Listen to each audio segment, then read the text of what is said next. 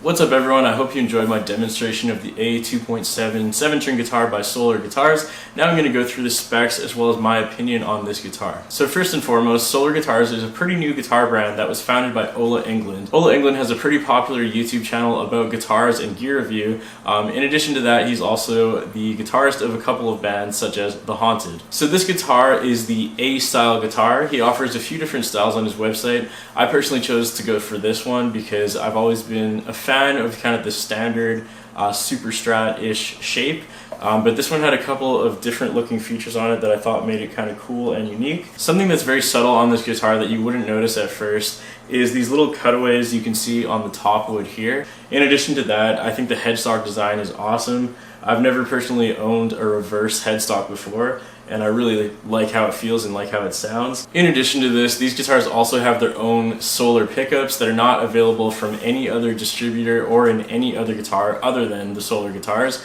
In my opinion, these pickups sound really good, especially for stock pickups on an instrument that is in this price range. It's around $600-ish US.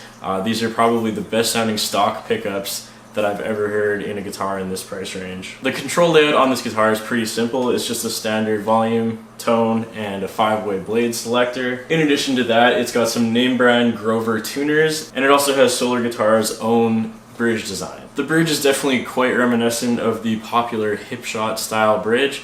In my opinion, it feels pretty similar to the hip shot bridge that I have on some of my other guitars. I've had no issues with the bridge so far. It feels pretty comfortable to play. The tuners are good, they're Grover tuners. You know, if you've ever played any guitar with Grover tuners, these are exactly the same.